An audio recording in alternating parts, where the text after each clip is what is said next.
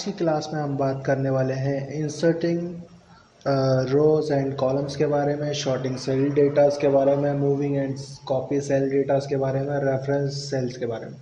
तो सबसे पहले मैं एक फॉर्मूला आप लोगों को बताऊंगा, उसके बाद ये सारी चीज़ें आप लोगों को बताऊंगा। नेक्स्ट फॉर्मूला रहेगा हमारा मल्टी कंडीशन फॉर्मूला, यानी एक से ज़्यादा कंडीशन जिसके अंदर रहेंगी। तो फटाफट मैं इसको बता देता हूँ। तो ये रहेगा डिवीज़न का फॉर्मूला, ठीक है। तो सिंपली आपको करना क्या है, इसके लिए आपको यूज़ करना है एवरेज का।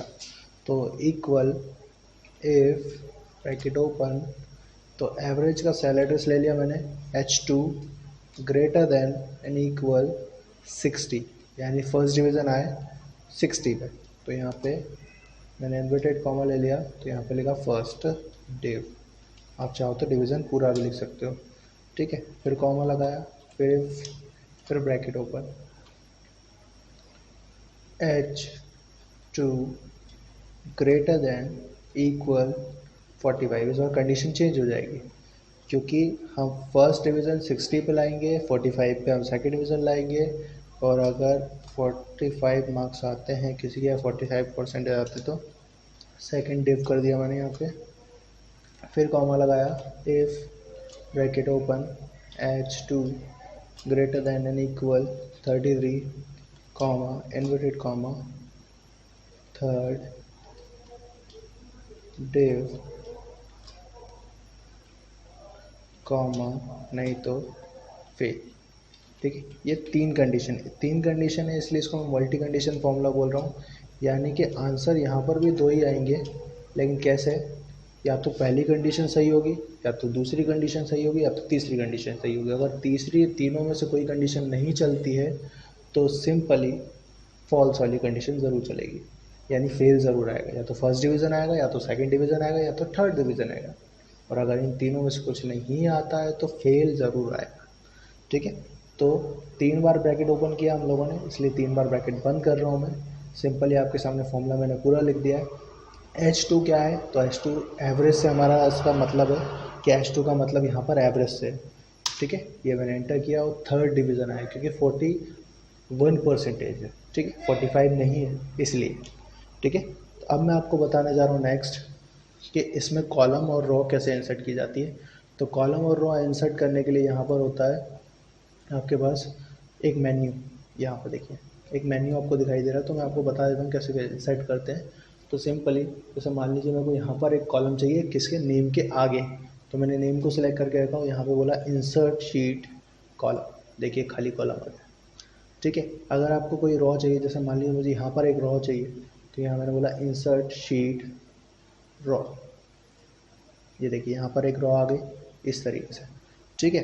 तो इस तरीके से आप इंसर्ट कर सकते हो सिंपली। नेक्स्ट मैं आपको बताने जा रहा हूँ यहाँ पर रेफरेंस सेल। तो रेफरेंस सेल क्या होता है, मान लीजिए कि हमें कुछ आंसर निकालना, जैसे कि मेरे द्वारा कोई भी आंसर निकाला जाना है। अब जैसे मैंने आपको टोटल निकाल के दिखाया था, तो मैंने क्या करा, एक जगह फॉर्मूला इनपुट किया और सारी जगह पे उसे ड्रैग कर दिया। इसे बोला जाता है रेफरेंस। रेफरेंस मतलब सेल रेफरेंस। सेल रेफरेंस कैसे, मतलब ये इसे कहा जाता है रिलेटिव सेल रेफरेंस। कहने का मतलब ये है कि देखिए पहले सेल में जो पहला सेल है उसके लिए पहला फॉर्मूला काम कर रहा है, दूसरा सेल जो है उसके लिए दूसरे के लिए काम कर रहा है, ठीक है। लेकिन तब भी मैंने इन्हें एक साथ पुट कर दिया, तो इसे बोला जाता है रिलेटिव सेल रेफरेंस। कहने का मतलब ये है कि जो हमने फॉर्मूला लगाया है वही काम करेगा, लेकिन आंसर सेल के अकॉर्डिंग देगा। इसलिए जो एक्सेल है वो वर्क करता है सेल एड्रेस पे, ठीक है। अब बात रही moving cell and copy cell की, तो पहले समझ लीजिए होता क्या है। तो ये जो आपने सेलेक्ट किया है वो एक सेल का एड्रेस है, और ये जो आप सेलेक्ट कर रहे हो वो एक सेल की रेंज है, इसे सेल रेंज बोला जाएगा, ठीक है। यदि आप एक सेल को सिलेक्ट करते हो तो वो एक सेल एड्रेस होगा, लेकिन अगर आप एक से ज़्यादा सेल्स को सिलेक्ट कर रहे हो तो उसे बोला जाएगा सेल रेंज, ठीक है।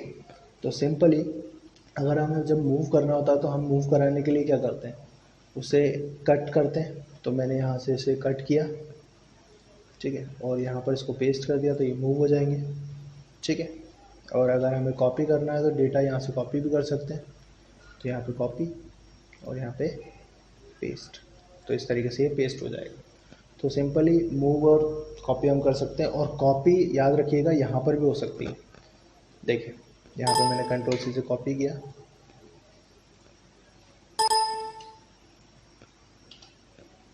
ये देखिए कॉपी, और मैंने सेल्स को सिलेक्ट कर लिया, देन पेस्ट कर दिया।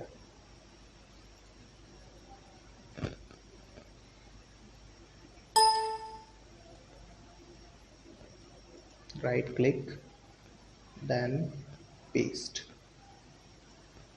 ये देखिए आंसर आ गया। ठीक है, इस तरीके से भी आप काम कर सकते हो। तो ये कुछ ऑप्शंस थे जो मैंने आपको बताया। शॉर्टिंग अ सेल डेटा, मैं आपको बताया था शॉर्टिंग अ सेल डेटा होता क्या है।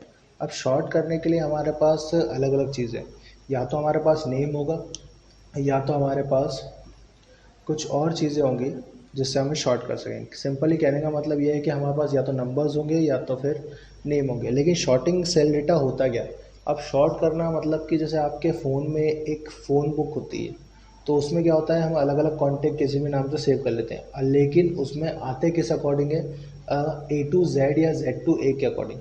यहाँ पर भी कुछ ऐसा ही है, ज़्यादातर ए टू जेड ही आता है। तो ए टू जेड में क्या होता है कि सबसे पहले वो जो क्या करता है कि जो फर्स्ट नेम का जो लेटर होता है, या जैसे मान लीजिए अंकित है, अभी है, तो इनके फर्स्ट नेम का जो लेटर है, नेम का जो लेटर है फर्स्ट है, वो है ए। तो वो पहले ए को सिलेक्ट करेगा, यानी ए वाली लिस्ट में इनके नाम आ जाएंगे, फिर बी, फिर सी।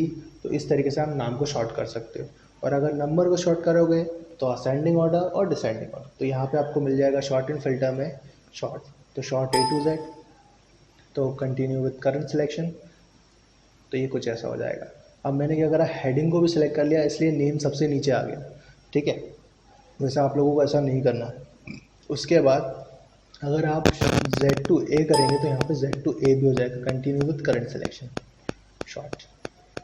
ठीक है, तो आप याद रखिए इसमें हो क्या रहा है कि आपको समझ में आ रहा होगा Z तक तो गया ही नहीं, लेकिन इस चीज़ को आप समझ लीजिए, ये डिपेंड करता है कि आपकी लिस्ट में कितने नाम हैं। जो वर्ड्स उसको मिलेंगे वो उसके हिसाब से उससे शॉर्ट करेगा, जो नहीं मिलेंगे उन्हें छोड़ देगा, स्किप कर देगा। ठीक है, तो ये कुछ सिंपल ही तरीका मैंने आपको बताया। अगर आप नंबर से करना चाहो तो नंबर से भी मैं आपको बताता हूँ शॉर्ट कैसे करते हैं। तो यहाँ पे देखिए smallest to largest and largest to smallest का ऑप्शन आ रहा है, कंटिन्यू विद करंट सिलेक्शन। देखिए, लेकिन हमें ऐसा नहीं करना है, क्यों? क्योंकि हमने डेटा कुछ ऐसा लिया हुआ है कि जिससे अगर हम ऐसा कुछ करते हैं तो उस व्यक्ति का डेटा किसी और के पास चला जाएगा। ठीक है, तो नेक्स्ट क्लास में मैं आपको इसके आगे बताऊंगा। आज की क्लास में इतना ही।